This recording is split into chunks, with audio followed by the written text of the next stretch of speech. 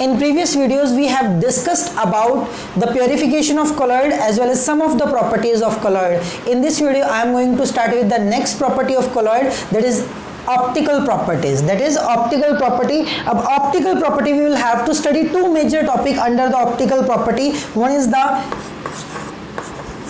Tyndall effect and second one is the color. If I talk about the color, this is not very important topic. कभी question पूछा नहीं जाता on the basis of the color of the colloidal solution. जो major topic इसमें cover होने वाला है वो कौन सा इफेक्ट है, टाइंडॉल इफेक्ट. ये होता क्या है, टाइंडॉल इफेक्ट होता क्या है, ठीक है, ध्यान देना जरा. इधर मेरे पास ट्रू सोल्यूशन है, I am having true solution. True solution में पार्टिकल का साइज, सल्यूट पार्टिकल का साइज 1 नैनोमीटर से कम होता है, ठीक है. और 1 नैनोमीटर से 1000 नैनोमीटर, 1 नैनोमीटर से 1000 नैनोमीटर तक जहां फॉल करे, ठीक है, वो कौन से पार्टिकल्स हैं, वो कौन सा है, वो है कोलाइडल सोल्यूशन. कौन सा सोल्यूशन है, colloidal solution. I am having two solution, one is the true solution and other one is the colloidal solution. Another one is the colloidal solution. मेरे पास दो सोल्यूशन है. इसमें पार्टिकल का साइज क्या रहेगा, स्मॉल रहेगा. इसमें पार्टिकल का साइज क्या रहेगा, लार्ज रहेगा. लार्ज का मतलब एक्सेल टाइप नहीं, ठीक है, 1 नैनोमीटर टू 1000 नैनोमीटर, ठीक है. तो मेरे पास ये कौन सा सोल्यूशन है, ये ट्रू सोल्यूशन है. और मेरे पास ये कौन सा सोल्यूशन है, ये कोलाइडल सोल्यूशन है. ये कौन सा सोल्यूशन है, कोलाइडल सोल्यूशन है, ठीक है. What I am doing over here is, ठीक है, मैं यहाँ से किसी भी लाइट के सोर्स से लाइट पास कर रहा हूँ. लाइट के सोर्स से क्या पास कर रहा हूँ, लाइट पास कर रहा हूँ, ठीक है. जैसे ही मैं लाइट यहाँ से पास करता हूँ तो मेरे को एक चीज़ ऑब्जर्व होती है, वो क्या, ठीक है, थोड़ा छोटा कर दो उसमें.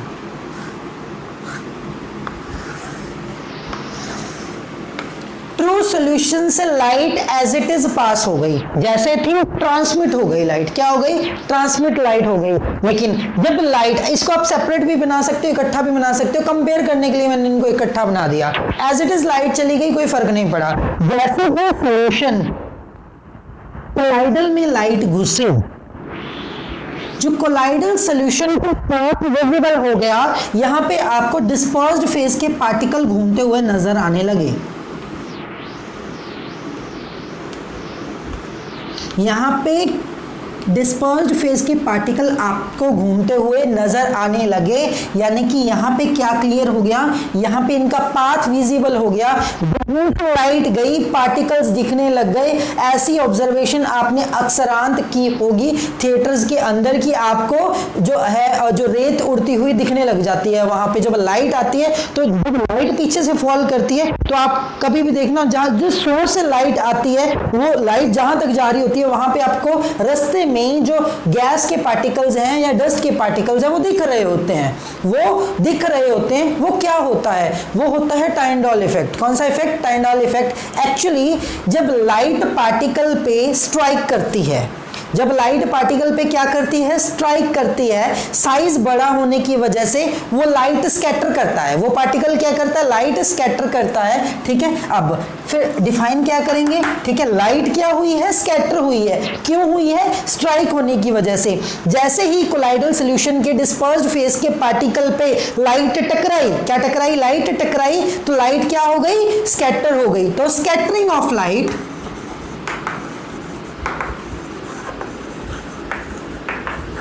scattering of light, light की scattering by the particles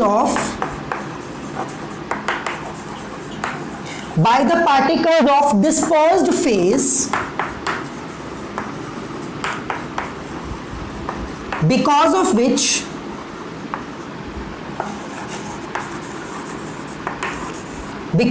which path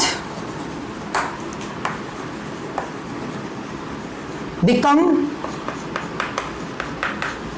visible. जो पाथ है किसका, डिस्पर्स्ड पार्टिकल का जो पाथ है वो विजिबल हो जाता है. ट्रू सोल्यूशन ये ये ट्रू सॉल्यूशन ये फिनोमिना शो नहीं करता, लाइट को स्कैटर नहीं करता, पाथ विजिबल नहीं होता। क्यों?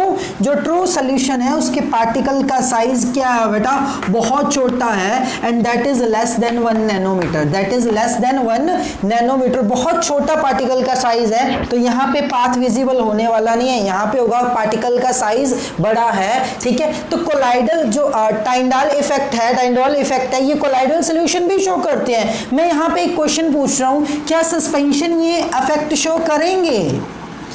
क्या सस्पेंशन ये अफेक्ट शो करेंगे? तो आप कहोगे यस एग्जैक्टली, ये अफेक्ट कौन शो करेगा? सस्पेंशन भी शो करेंगे, सस्पेंशन भी शो करेंगे। क्यों? क्योंकि सस्पेंशन में भी तो पार्टिकल का साइज तो 1000 नैनोमीटर से भी ज्यादा है, इवन स्कैटरिंग ज्यादा होगी। इवन क्या है? स्कैटरिंग ज्यादा होगी और पाथ ज्यादा विजिबल होगा।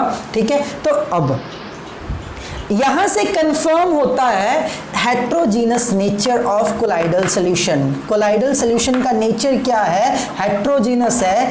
जब कोई चीज टाइंडाल इफेक्ट शो करती है, ठीक है, मींस पार्टिकल का साइज बड़ा है, कहीं ना कहीं उसकी कंपोजिशन में कुछ ना कुछ सेम कंपोजिशन नहीं अपन कह सकते, तो ये क्या कह सकते हैं? इसको हेट्रोजीनस नेचर है। पार्टिकल का साइज बड़ा होने की वजह से जो लाइट जैसे ही उस पर फॉल करती है, टकराती है, स्कैटर होती है, पाथ हो जाता है विजिबल। पाथ क्या हो जाता है? विजिबल। तो ये कौन सा इफेक्ट है? टाइंडाल इफेक्ट। यहां तक तो अपन कर लेते हैं। कई बार एग्जाम में टाइंडाल इफेक्ट की कंडीशन पूछ ली जाती है, वो क्या है? Conditions of the Tyndall effect.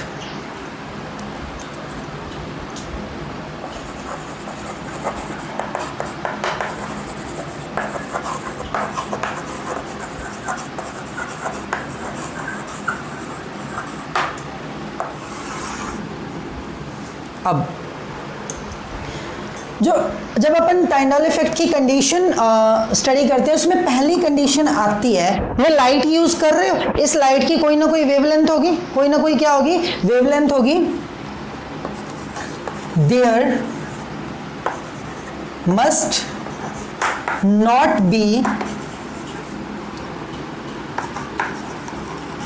Very large difference between wavelength of light used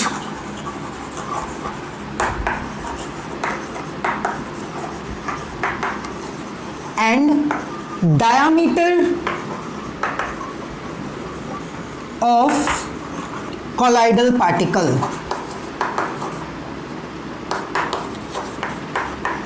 dispersed phase का जो पार्टिकल है उसका डायामीटर है, जो वेवलेंथ है उसके कंपेरेबल होना चाहिए, उनके बीच में कुछ ज्यादा डिफरेंस नहीं होना चाहिए। There must be not very large difference between wavelength of light use and diameter of colloidal particle. आपको पता है नैनोमीटर में हम वेवलेंथ ज्यादातर स्टडी करते हैं, ठीक है, और नैनोमीटर्स में ही इन पार्टिकल्स की रेंज है। तो जो कोलाइडल पार्टिकल है एंड वेवलेंथ है, ये कंपेरेबल होने चाहिए। ये क्या होने चाहिए? कंपेरेबल होने चाहिए, आसपास वैल्यू होनी चाहिए इनकी, कुछ ज्यादा डिफरेंस नहीं होना चाहिए, कुछ ज्यादा डिफरेंस नहीं होना चाहिए। ठीक है, डिफरेंस किस में होना चाहिए वो ध्यान दो। There must be difference between the refractive indices of dispersed phase and dispersion medium। dispersed phase and dispersion medium। dispersed phase and dispersion medium, dispersed phase and dispersion medium के बीच में रिफ्रैक्टिव इंडेक्स क्या होना चाहिए? Difference होना चाहिए। उनका क्या होना चाहिए? डिफरेंस एग्जिस्ट करता होना चाहिए। ये दो कंडीशन अगर कोई सोल्यूशन फॉलो करेगा, ठीक है, जरूरी नहीं कि सारे के सारे कोलाइडल सोल्यूशन आपको टाइंडाल इफेक्ट शो कर दें। ठीक है, आप लाइट यूज कर रहे हो, ठीक है, 10⁻⁻10 नैनोमीटर की, एंड यू आर एक्सपेक्टिंग कि वो कोलाइडल जो टाइंडाल इफेक्ट शो कर देगा। बेटा अगर लाइट आपकी सही यूज नहीं हो रही, ठीक है, लाइट की वेवलेंथ बहुत ज़्यादा कम है या बहुत ज़्यादा हाई है, ठीक है, चाहे सोल्यूशन आपका फिर कोलाइडल ही है, तो वो आपको कभी भी टाइंडॉल इफेक्ट शो नहीं करेगा। क्यों नहीं करेगा? क्योंकि कंडीशन है कि light must be comparable. Wavelength है ना जो लाइट की, और उसका आपका साइज है जो कोलाइडल पार्टिकल का, ठीक है, डायामीटर है जो, उनमें कंपैरिजन होना चाहिए, प्रॉपर जो साइज है नियरली सिमिलर होना चाहिए। क्या होना चाहिए? वेवलेंथ के कंपेरेबल होना चाहिए, ठीक है। तो ये कंडीशंस हैं किसकी? टाइंडॉल इफेक्ट की। आगे मूव करते हैं, कलर पे बात करते हैं, ठीक है। तो टाइंडॉल इफेक्ट पे क्वेश्चन ज़्यादातर यही पूछा जाता है, व्हाट इज टाइंडॉल इफेक्ट। तो कंडीशंस कभी आई नहीं है, अगर आ जाए एनसीईआरटी में दी हुई हैं तो मैंने करवा दी हैं। नाउ नेक्स्ट है कलर।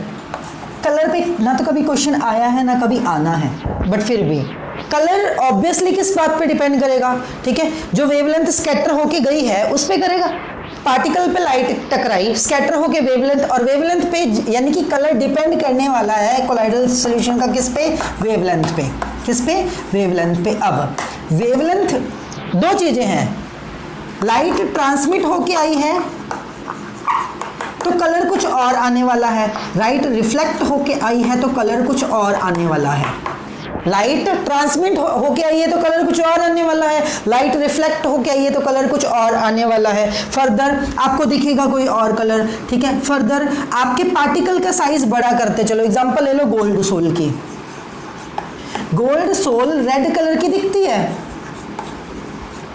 लेकिन जैसे ही गोल्ड सोल में जो गोल्ड के पार्टिकल्स हैं उनका साइज बड़ा होता गया, ठीक है, तो ये जो कई बार पर्पल दिखने लग जाती हैं, क्या दिखने लग जाती है? पर्पल दिखने लग जाती है, ठीक है। पर्पल से ये और साइज को बड़ा कर दो तो ये ब्लू दिखने लग जाती है। कौन सी दिखने लग जाती है? ब्लू दिखने लग जाती है। ब्लू से और बड़ा कर दो तो ये गोल्डन कलर दिखने लग जाता है, गोल्डन येलो कलर दिखने लग जाता है।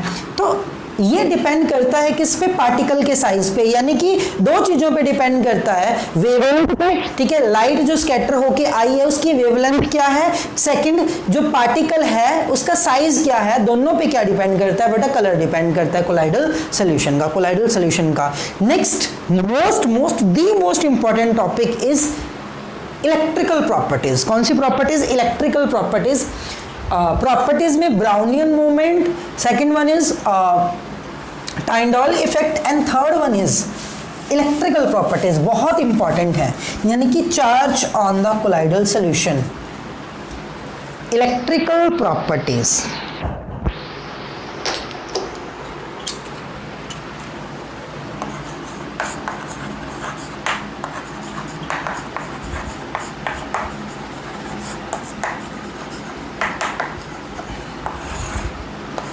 origin of charge।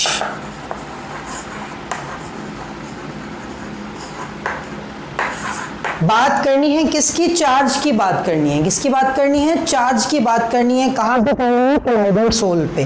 कहां पे? कोलाइडल सोल पे। पहले बात तो सोल दो टाइप की है, लायोफिलिक एंड लायोफोबिक, ठीक है। दिक्कत कहां आती है चार्ज वगैरह ओरिजिन होने की? लायोफोबिक सोल पे। लायोफिलिक सोल तो सिंपल मिक्सिंग से बनी है, कोई दिक्कत नहीं है, लेकिन लायोफोबिक सोल में अक्षरांत चार्ज ऑब्जर्व किया जाता है, ठीक है, अक्षरांत चार्ज ऑब्जर्व किया जाता है, ठीक है। हम बात करते हैं, एक चीज पहले ही अपने दिमाग के अंदर कोट कर लेना, जो कोलाइडल डिस्पर्स्ड फेज के पार्टिकल्स हैं उन पे चार्ज होता है।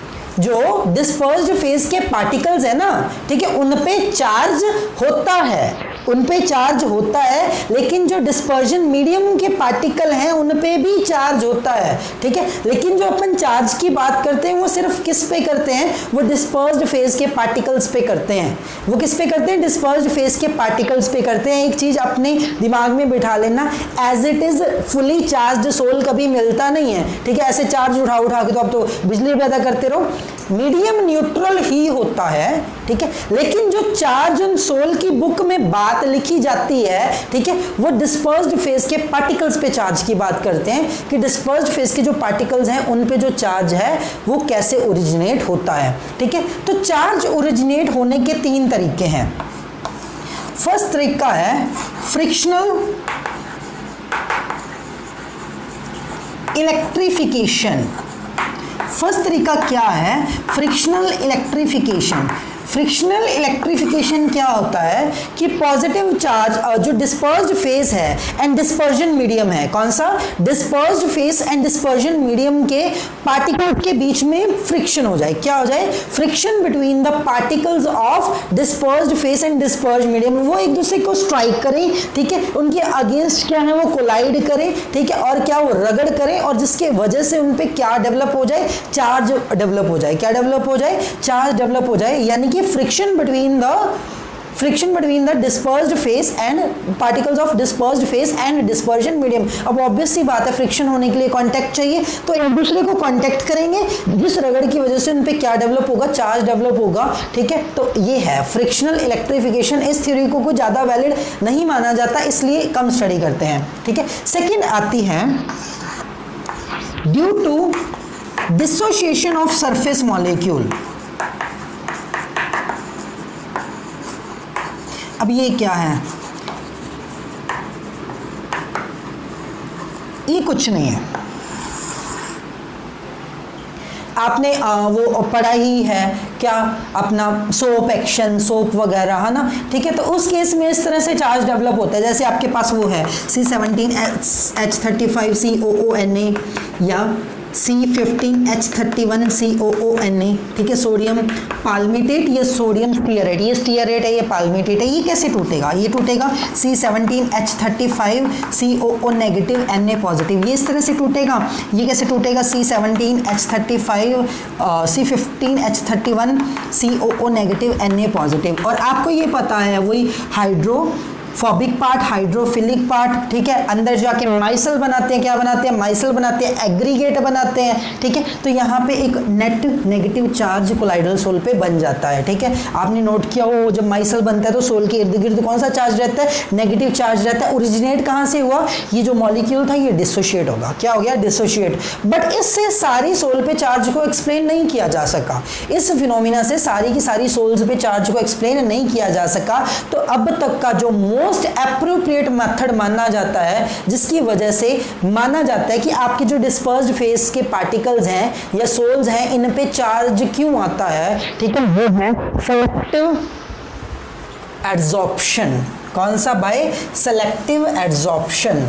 थर्ड मेथड जो कि एनसीईआरटी में मेंशन है, इनकी एक लाइन लिखी हुई है, थर्ड जिसके डिटेल मेंशन है वो क्या है, selective adsorption by selective adsorption. और सेलेक्टिव एड्सॉर्प्शन को कहीं पे बाय प्रेफरेंशियल एड्सॉर्प्शन का नाम भी देते हैं, by preferential adsorption, selective adsorption और बाय प्रेफरेंशियल एड्सॉर्प्शन। अब ये सेलेक्टिव एड्सॉर्प्शन या प्रेफरेंशियल एड्सॉर्प्शन क्या है, सेलेक्टिव एड्सॉर्प्शन या प्रेफरेंशियल एड्सॉर्प्शन क्या है, जरा ये देखो, मेरे पास यहाँ पे एक टेस्ट ट्यूब है and I am having one test tube over here, यहाँ पे भी मेरे पास एक टेस्ट ट्यूब है, इधर भी मेरे पास एक टेस्ट ट्यूब है। इस टेस्ट ट्यूब में मेरे पास OgNO3 है, इस टेस्ट ट्यूब में मेरे पास AgI है, क्या है, AgI है, ठीक है, वो यहाँ पे काम करेगा डिस्पर्जन मीडियम का, ठीक है, ये यहाँ पे काम करेगा डिस्पर्जन मीडियम का। मैंने क्या करा, मैंने इसमें डाला और AgI की बजाय सॉरी KI लिख दिया, लिखो यहाँ पे क्या KI, मैंने इसमें डाला KI और इसमें मैंने डाला AgNO3, क्या डाला, AgNO3, अब डाल दिया, ठीक है। इन दोनों को मिलके मेरे पास जो सोल बनी AgNO3 प्लस KI मिलके क्या बनाएंगे, AgI, क्या बनाएंगे, AgI। इन दोनों को मिलके मेरे पास क्या बनेगा, AgI बनेगा। दोनों के केस में प्रोडक्ट तो सेम ही बनने वाला है, दोनों के केस में प्रोडक्ट सेम ही बनने वाला है, ठीक है। अब क्या होने वाला है, अब होने वाला है सेलेक्टिव एड्सॉर्प्शन। ये क्या करेगा, ठीक है, इसमें से जो आयन ये कॉमन है, डिस्पर्जन मीडियम में से जो आयन क्या है, कॉमन है, क्या है बेटा जी, कॉमन है।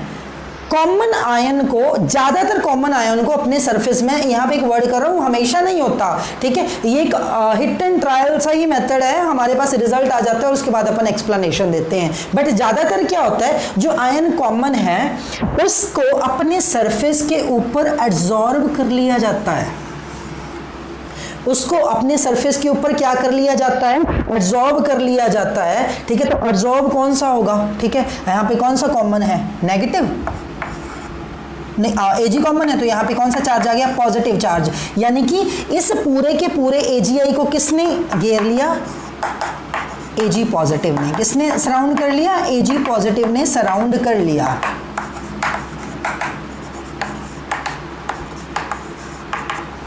क्यों, क्योंकि ये देखो बेटा, जो बना था, बना क्या था दोनों को मिलके, एजीआई, एजीआई और डिस्पर्जन मीडियम में कॉमन कौन है, एजी है, कौन है, एजी है। तो कॉमन आयन की प्रेफरेंशियल एब्जॉर्प्शन होती है, कॉमन आयन की क्या होती है, प्रेफरेंशियल एब्जॉर्प्शन। प्रेफरेंशियल एब्जॉर्प्शन का मतलब प्रेफर कर देना, whenever you are available with 2 और 3 और 4 और मल्टीपल आयंस, जब भी आपके पास मल्टीपल आयंस अवेलेबल हैं, जब भी आपके पास क्या है, मल्टीपल आयंस अवेलेबल हैं, उनमें से किसी एक आयन को सेलेक्ट करना। तो इसका एक रूल है कि ज्यादातर प्रेफरेंस जो दिया जाता है, ठीक है। अब आपके पास आपके इनफाइनाइट दोस्त होंगे, ठीक है, बट आपको ये कहा जाए कि you will have to welcome only one, you will have to invite only one, कोई आपको फंक्शन करना है और आपने एक इनवाइट एक को ही करना है, then you will prefer only one. कौन सा प्रेफर करोगे, that depends on you, that depends on you. Same यहां पे आयंस मल्टीपल हैं, ठीक है, NO3 नेगेटिव भी है, लेकिन सरफेस पे एब्जॉर्ब किसको किया जाता है, सरफेस पे एब्जॉर्ब किया जाता है कॉमन आयन को, किसको, कॉमन आयन को। यहां देखो, यहां भी क्या बना, एजीआई बना, क्या बना, एजीआई बना, ठीक है। अब डिस्पर्जन मीडियम में क्या है, ठीक है, क्योंकि ये एक्सेस में होता है, क्या होता है, एक्सेस में होता है, तो एब्जॉर्प्शन यहीं से होगा, एब्जॉर्प्शन ज्यादा क्या होगा, यहीं से होगा। एजीआई में और केआई में कॉमन क्या है, आई नेगेटिव कॉमन है, क्या कॉमन है, आई नेगेटिव कॉमन है। ये आई थिंक 2019 में ये क्वेश्चन आया हुआ है, ठीक है, ये वाला क्वेश्चन 2019 में एज इट इज ही आया हुआ, डायग्राम्स बन के, ठीक है। तो एजीआई में ये क्या है बेटा, आपका के आई में क्या कॉमन है, आई नेगेटिव कॉमन है, तो यहाँ पे क्या आ गया, नेगेटिव चार्ज आ गया, ठीक है। तो इसको बोलते हैं प्रेफरेंशियल एब्जॉर्प्शन। नेगेटिव चार्ज किसकी वजह से आया, आई नेगेटिव की वजह से, किसकी वजह से आया, आई नेगेटिव की वजह से आया, ठीक है। अब अगर आई नेगेटिव को इसने एब्जॉर्ब कर लिया, आई नेगेटिव को इसने एब्जॉर्ब कर लिया, ठीक है, ये देखो सोल कौन सी बन गई, ये वाली सोल बन गई पॉजिटिव सोल, और ये वाली सोल कौन सी बन गई, ये सोल बन गई नेगेटिव सोल। एक सोल बन गई पॉजिटिव सोल, तो दूसरी सोल कौन सी बन गई, नेगेटिव सोल बन गई। कौन सी सोल बन गई, नेगेटिव सोल बन गई। अब इस केस में पॉजिटिव सोल बनी, इस केस में पॉजिटिव सोल बनी, ठीक है। एजी पॉजिटिव को इसने क्या कर लिया, एब्जॉर्ब कर लिया, क्या कर लिया, एब्जॉर्ब कर लिया अपने सरफेस पे, ठीक है। तो इसको मैं थोड़ा सा साफ करके,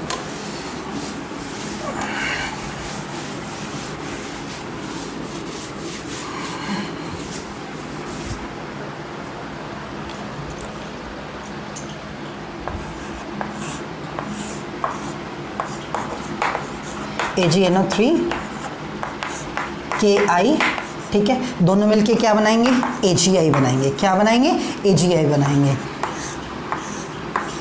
KI AgNO3, ठीक है, इसका मतलब ये डिस्पर्जन मीडियम है, ये डिस्पर्जन मीडियम है, ये डिस्पर्स्ड फेस है, ये डिस्पर्स्ड फेस है, ये दोनों मिलके भी क्या बनाएंगे, AgI बनाएंगे, ठीक है। DM इन एक्सेस, नीचे वाला क्या है, एक्सेस में है, ओके, ठीक है। यहाँ पे कॉमन क्या है, एजी पॉजिटिव, तो ये सोल कौन सी बन गई, पॉजिटिव सोल बन गई। कौन सी सोल बन गई, ये पॉजिटिव सोल बन गई। ये कौन सी सोल बन गई, ये बन गई नेगेटिव सोल। क्यों, क्योंकि इसके सराउंडिंग में आ गया क्या, अब नेगेटिव सोल तो बन गई, ठीक है। सोल नेगेटिव, सोल पॉजिटिव है, लेकिन कोलाइडल सॉल्यूशन का नेचर न्यूट्रल रहेगा। कोलाइडल सॉल्यूशन का नेचर क्या रहेगा, न्यूट्रल रहेगा। क्यों, क्योंकि अब ये पॉजिटिव है comparatively NO3 negative, Ag positive उस पर एब्जॉर्ब हो गया, उतने NO3 नेगेटिव सोल्यूशन में पड़े हैं ना, उतने NO3 नेगेटिव कहाँ पड़े हैं, सोल्यूशन में पड़े हैं, ठीक है। तो ये क्या है, ये क्या है, फिर जो है न्यूट्रल है, ठीक है। अब ये जो है कोलाइडल सोल स्टेबल कैसी हुई, ये पॉजिटिव चार्ज, मान लो बीकर है, टेस्ट ट्यूब में बनाने आसान नहीं है, ठीक है, तो ये पॉजिटिव जो सोल है उसमें घूम रही है, ठीक है, और एक डिस्पर्स्ड फेज का पार्टिकल दूसरे डिस्पर्स्ड फेज के पार्टिकल को रिपेल करेगा, क्या करेगा, रिपेल करेगा, और इन रिपल्शंस की वजह से ये स्टेबलाइज हो जाते हैं, क्या हो जाते हैं, स्टेबलाइज हो जाते हैं, इन रिपल्शंस की वजह से ये क्या हो जाते हैं, स्टेबलाइज हो जाते हैं, ठीक है जी। अब इस तरह से सोल पे क्या डेवलप होता है, चार्ज डेवलप होता है, इस तरह से सोल पे क्या डेवलप होता है, चार्ज डेवलप होता है, ठीक है। अब एक थ्योरी है, ठीक है, जिसको बोलते हैं हेल्महोल्ट्ज डबल लेयर थ्योरी।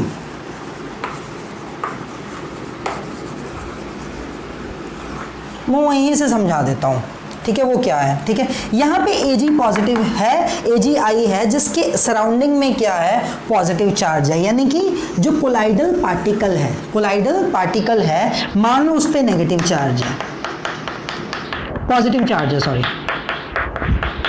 ठीक है, ये एक लेयर बन गई, क्या बन गई, एक लेयर बन गई। अब ये पॉजिटिव चार्ज नेगेटिव को अपनी तरफ अट्रैक्ट करने की कोशिश करता है, क्या करने की कोशिश करता है, यानी कि इसके सराउंडिंग में जो लेयर आएगी, सराउंडिंग में क्या आएगी, लेयर आएगी, मींस पार्टिकल्स या चार्ज फ्रॉम द मीडियम, उस पर कौन सा चार्ज रहेगा, उस पर चार्ज रहेगा इसका ऑपोजिट,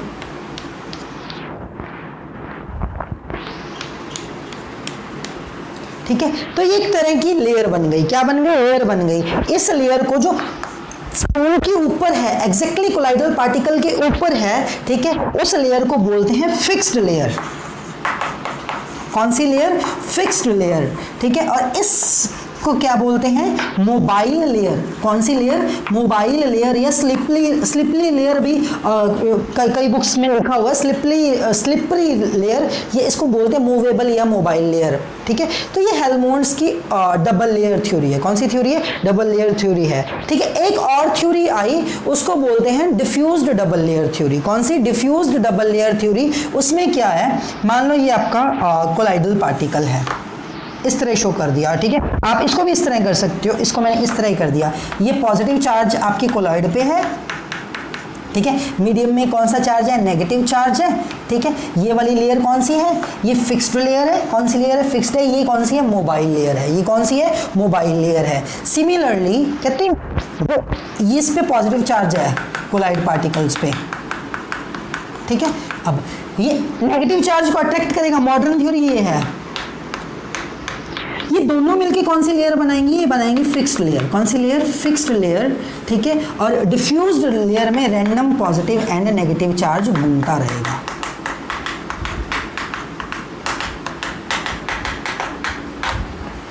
इस तरह से, बट अपने बुक में यही थ्योरी को एक्सप्लेन किया है, तो यहां से स्टडी करते हैं अपन, ठीक है, कि क्या है वो डिफ्यूज्ड, मॉडर्न डिफ्यूज्ड थ्योरी है, ठीक है। तो यहीं से समझ आ गया। अब ये पॉजिटिव एंड नेगेटिव चार्ज है, पॉजिटिव एंड नेगेटिव चार्ज है, जहां पे चार्जेस की सेपरेशन होती है वहां पे पोटेंशियल डेवलप हो जाता है, क्या डेवलप हो जाता है, पोटेंशियल डेवलप हो जाता है, और इस पोटेंशियल को मैं ढूंढता हूं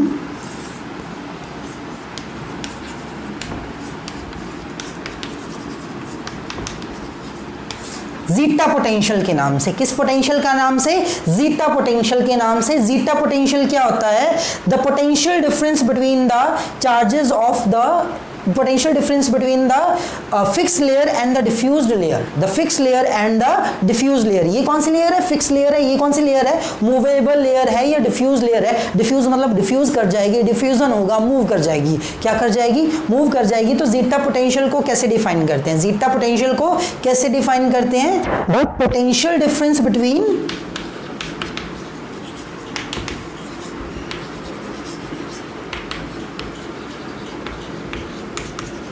fixed layer and diffused layer, ठीक है। पोटेंशियल डिफरेंस किसके बेस में, fixed layer and diffuse layer, ठीक है। इस जीटा पोटेंशियल का दूसरा नाम इलेक्ट्रोकाइनेटिक पोटेंशियल भी होता है। इस जीटा पोटेंशियल का दूसरा नाम क्या होता है, इलेक्ट्रोकाइनेटिक पोटेंशियल भी होता है। कौन सा पोटेंशियल, इलेक्ट्रोकाइनेटिक पोटेंशियल भी होता है, ठीक है। ये होता है आपका जीटा पोटेंशियल। कौन सा potential, zeta potential. Zeta potential as it is ही आ जाता है, ठीक है। तो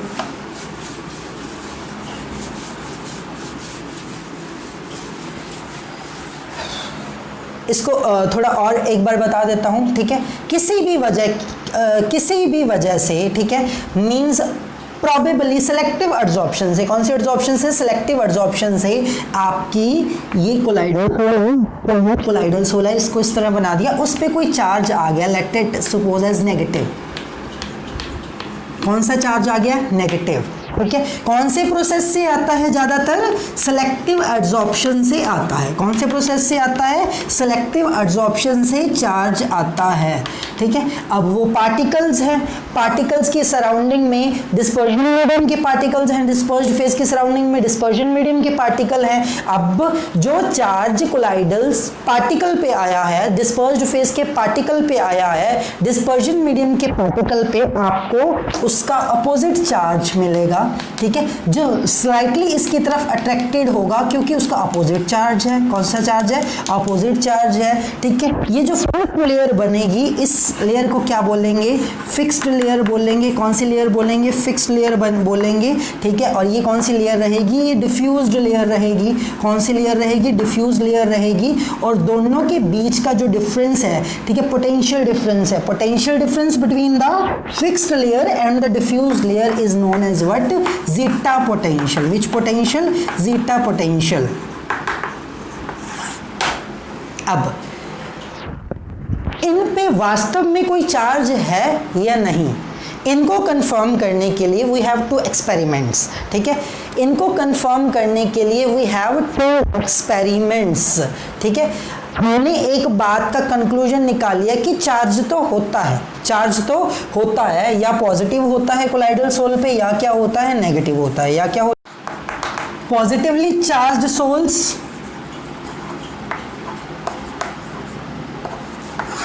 नेगेटिव चार्ज सोल्स। सोल्स पे कोई ना कोई चार्ज रहता ही है, ये डिस्कस अपन ने कर लिया है। पॉजिटिव चार्ज सोल में कौन से आते हैं, नेगेटिव चार्ज सोल में कौन से आते हैं, सिल्वर, गोल्ड एक्सेट्रा की जो सोल है उन पे जो मेटालिक सोल्स हैं, कौन से सोल्स हैं, मेटालिक सोल्स हैं, उन पे चार्ज रहता है नेगेटिव। एक्सपेरिमेंटली ऑब्जर्व्ड है, एनसीईआरटी में ये दिया भी हुआ। तो मेटालिक सोल पे जो चार्ज है वो कौन सा रहता है, नेगेटिव रहता है, ठीक है। अब यहाँ पे हाइड्रेटेड मेटल ऑक्साइड्स हैं, जो हाइड्रेटेड मेटल ऑक्साइड्स हैं जो, उन पे जो चार्ज रहता है, किस पे, हाइड्रेटेड मेटल ऑक्साइड्स पे जो चार्ज रहता है वो रहता है पॉजिटिव चार्ज रहता है, सच एज Al2O3.XH2O, इस पे चार्ज रहता है, कौन सा रहता है, पॉजिटिव रहता है। Cr2O3.XH2O, इस पे जो चार्ज रहता है कौन सा रहता है, पॉजिटिव रहता है। Fa2O3.XH2O, इस पे जो चार्ज रहता है वो कौन सा रहता है, पॉजिटिव रहता है। मेटल के जो हाइड्रोक्साइड हैं, जैसे कि अपन कह सकते हैं AlOH थ्राइस, FeOH थ्राइस, यानी कि मेटल के हाइड्रोक्साइड, मेटल के हाइड्रोक्साइड, इन पे जो चार्ज रहता है, कहाँ पे, मेटल के हाइड्रोक्साइड पे चार्ज रहता है पॉजिटिव, ठीक है। इधर देखते हैं मेटल के सल्फाइड हैं, आर्सेनिक सल्फाइड, ठीक है। तो इन पे चार्ज रहता है एल्युमिनियम सल्फाइड, इन पे जो चार्ज रहता है नेगेटिव चार्ज रहता है। कौन सा चार्ज रहता है, नेगेटिव चार्ज रहता है। बेसिक डाइज में अपन बात करें तो मिथाइलिन ब्लू, कौन सा, मिथाइलिन ब्लू, पर्शियन रेड, ठीक है। इन पे जो चार्ज रहता है, methylene blue, Persian red, Persian blue, इन पे जो चार्ज रहता है वो कौन सा रहता है, पॉजिटिव रहता है। हीमोग्लोबिन पे चार्ज कौन सा रहता है, हीमोग्लोबिन पे पॉजिटिव चार्ज रहता है। सिमिलरली जो एसिडिक डाइज हैं, कौन से डाइज हैं, एसिडिक डाइज हैं, उनमें कौन कौन सी आ जाती हैं, कॉन्गो रेड, इयोसिन, इन पे जो चार्ज रहता है वो कौन सा रहता है, नेगेटिव चार्ज रहता है। तो ये याद करने वाला ही है, उन पे कौन सा चार्ज रहता है, नेगेटिव चार्ज रहता है। इस तरह से कुछ एक पॉजिटिवली चार्ज सोल्स होते हैं और कुछ एक कौन से सोल्स होते हैं, नेगेटिवली चार्ज क्या होते हैं, सोल्स होते हैं। नेगेटिव चार्ज कुछ एक क्या होते हैं, सोल्स होते हैं। ठीक है, तो मेटल के oxide such as titanium oxide पे कौन सा चार्ज रहता है, मेटल के ऑक्साइड पे भी कौन सा चार्ज रहता है, पॉजिटिव। सिमिलरली स्टार्च, चारकोल, ठीक है, गम्स, इन पे जो चार्ज रहता है वो कौन सा चार्ज रहता है, नेगेटिव रहता है। जनरली कौन सा चार्ज रहता है, नेगेटिव चार्ज रहता है। ठीक है, तो क्वेश्चन एज इट इज नहीं आता कि इनफाइनाइट एग्जांपल दे दो। ठीक है, तो जैसे क्वेश्चन एक दे देते हैं, नेगेटिव चार्ज है कि पॉजिटिव चार्ज है, तो दिमाग में बिठा लेना। ठीक है, एक नंबर में क्वेश्चन पूछ लिया जाता है कि नेगेटिव चार्ज है, तो ये टेबल है। ठीक है, इसको एक दो बार गो थ्रू हो लो, ये क्या है, मेमोराइज हो जाएगा। You will have to keep it in mind. Now next important thing is which you have to discuss is confirm कैसे हो कि चार्ज है, पॉजिटिव है, नेगेटिव है। कंफर्म करना है कि चार्ज वास्तव में ही है, कंफर्म करना है कि चार्ज वास्तव में ही है।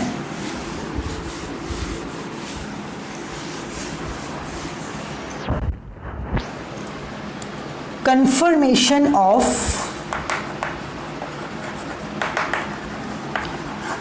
presence of charges on colloidal soul। Colloidal sol पे वास्तव में चार्ज है। ठीक है, how can you confirm that, तो उसके लिए अपने पास दो प्रोसेस हैं। One is the electrophoresis and second one is the electroosmosis।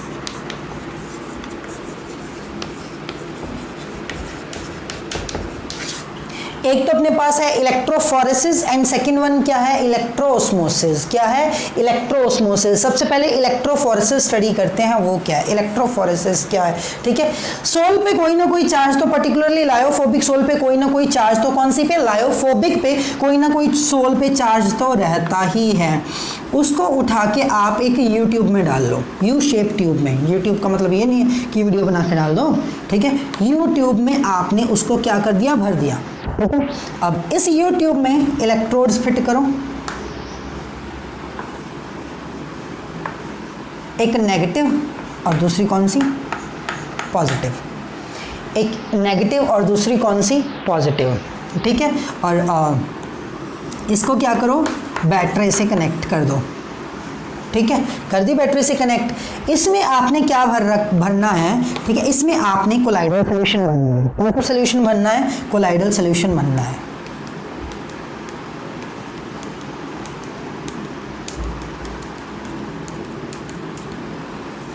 ठीक है, अब कोलाइडल सोल्यूशन मैंने आपको दे दिया कि आपके पास है किसका सोल्यूशन, AS2S3 का सोल्यूशन, यानी कि ये आपने सोल्यूशन बनाया हुआ है। ठीक है, और ये जो पार्टिकल्स हैं AS2S3 की, यानी कि आर्सेनिक सल्फाइड के, ये काम करेंगे डिस्पर्स्ड फेज का। किसका, डिस्पर्स्ड फेज का। ठीक है, तो ये पिंक वाला डिस्पर्जन मीडियम है और ये क्या है, डिस्पर्स्ड फेज है। ये वाला क्या है, डिस्पर्स्ड फेज है।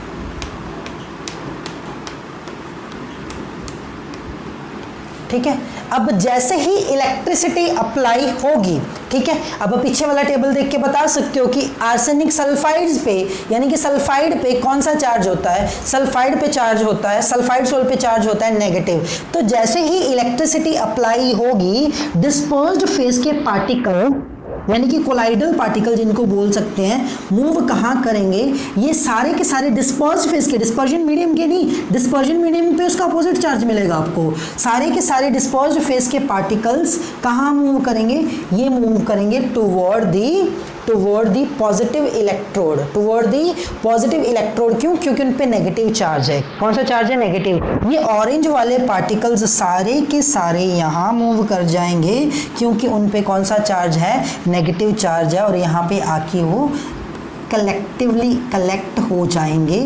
ये अट्रैक्ट हुए कौन सी प्लेट की तरफ, पॉजिटिव प्लेट की तरफ, जिसका मतलब क्या है कि आपके कोलाइडल पार्टिकल्स पे चार्ज है, कोलाइडल पार्टिकल्स पे क्या है, चार्ज है, और चार्ज कौन सा, नेगेटिव, इस वजह से क्या हो गए वो पॉजिटिव की तरफ। इसी तरह यहाँ पे मैं क्या ले लूँ, मिथाइलिन ब्लू ले लूँ, मिथाइलिन ब्लू लूंगा तो वो इस तरफ कलेक्ट हो जाएंगे, वो इस तरफ, क्योंकि उन पे पॉजिटिव चार्ज है, पॉजिटिव नेगेटिव की तरफ जाएगा और नेगेटिव कहाँ जाएगा, पॉजिटिव की तरफ। तो यहाँ में मैं इलेक्ट्रोफोरेसिस में क्या लिख दूँ, movement of colloidal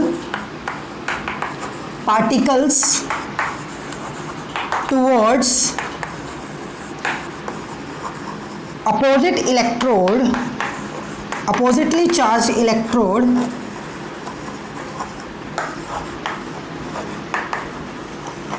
on applying electricity। तो ये क्या है, ये है इलेक्ट्रोफोरेसिस। क्या है, इलेक्ट्रोफोरेसिस। ठीक है, तो यहाँ से अब पता भी लग गया कि चार्ज कौन सा इस पे पॉजिटिव, क्यों, क्योंकि नेगेटिव प्लेट पे आए। कौन सी प्लेट पे आए, नेगेटिव पार्टिकल है, तो कौन से प्लेट पे है, पॉजिटिव। तो चार्ज कौन सा इन पे, नेगेटिव चार्ज है। कौन सा चार्ज है, नेगेटिव चार्ज है। ठीक है, नेक्स्ट है इलेक्ट्रोस्मोसिस।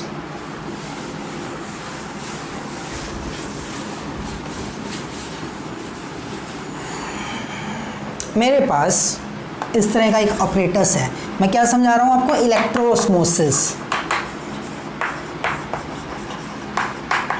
होता क्या है ये बाद में देखते हैं, पहले ये देखो, इस तरह का मेरे पास एक ऑपरेटस है,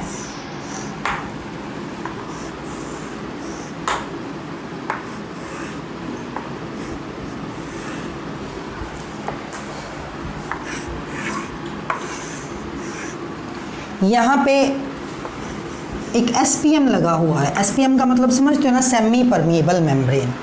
तो थोड़ी सी मैं काट देता हूँ क्योंकि ये सेमी परमिएबल है, कुछ एक पार्टिकल्स को अलाउ करेगी, कुछ एक को नहीं करेगी। ठीक है, यहाँ पे वाटर, यहाँ पे वाटर। ठीक है, यहाँ से मैं एक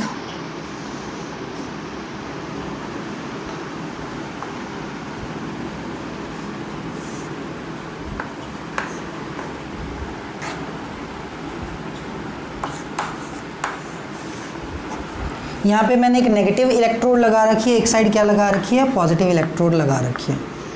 ठीक है, इस बराबर बना लेना, इसको मैंने पॉजिटिव इलेक्ट्रोड कह दिया, इसको कौन सी इलेक्ट्रोड कह दिया, नेगेटिव इलेक्ट्रोड कह दिया। ठीक है, यहाँ पे मैंने कोलाइडल सोल्यूशन भर रखा है। सेमी परमिएबल मेम्ब्रेन से ऑस्मोसिस तो याद आ ही गया होगा आपको, कौन सा सोल्यूशन भर रखा है, कोलाइडल सोल्यूशन भर रखा है।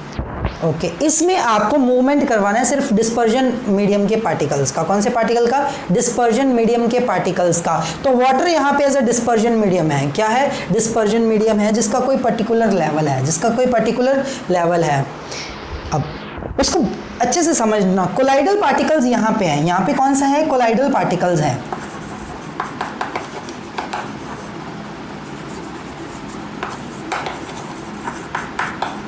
इन कोलाइडल पार्टिकल्स पे कोई पर्टिकुलरली क्या है, कोई चार्ज है। इन कोलाइडल पार्टिकल्स पे पर्टिकुलरली क्या है, कोई चार्ज है। वो चार्ज या तो पॉजिटिव हो सकता है, या क्या हो सकता है, नेगेटिव हो सकता है, या क्या हो सकता है, नेगेटिव हो सकता है। फर्स्ट केस लो, पॉजिटिव है।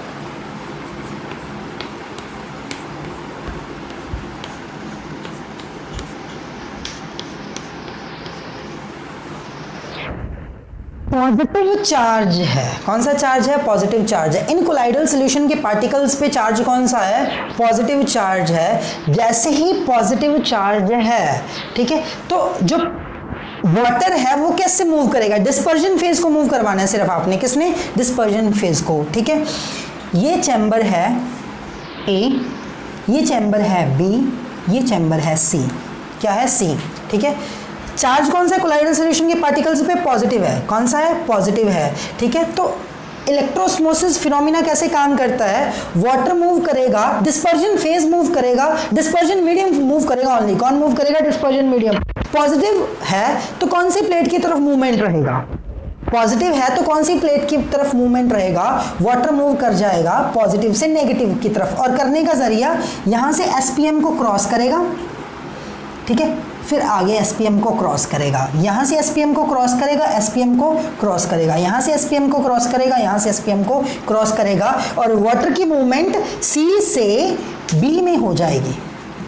वाटर की मूवमेंट कहाँ से कहाँ हो जाएगी? सी से बी में हो जाएगी, क्योंकि मूवमेंट तो उसी तरफ होनी है जहाँ पे क्या है बेटा, चार्ज का कोलाइडल सॉल्यूशन के पार्टिकल के अपोजिट चार्ज प्रेजेंट है। तो मूवमेंट किधर से किधर हो गई? सी से बी की तरफ, ठीक है। अब यहाँ पे क्या है, वाटर बढ़ा, ठीक है, तो यहाँ पे वाटर का लेवल क्या कर गया? इंक्रीज कर गया। नेगेटिव साइड वाटर का लेवल इंक्रीज करने का मतलब है वाटर किधर से आया है? पॉजिटिव साइड से आया है, वाटर इस साइड से आया है। नेगेटिव साइड वाटर के मतलब इंक्रीज करने का मतलब है वाटर पॉजिटिव साइड से आया है, मींस चार्ज पे सोल पे चार्ज कौन सा है? पॉजिटिव है। कौन सा है? पॉजिटिव है। अगर वाटर इधर मूव कर जाए तो सोल पे चार्ज कौन सा है? नेगेटिव है। इस प्रोसेस को, कौन से प्रोसेस को?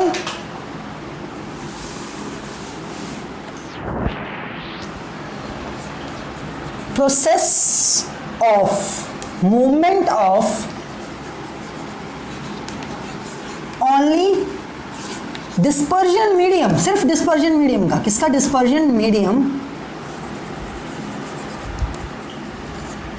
थ्रू सेमी परमेबल मेम्ब्रेन, इसको बोलते हैं electroosmosis under the influence of electricity.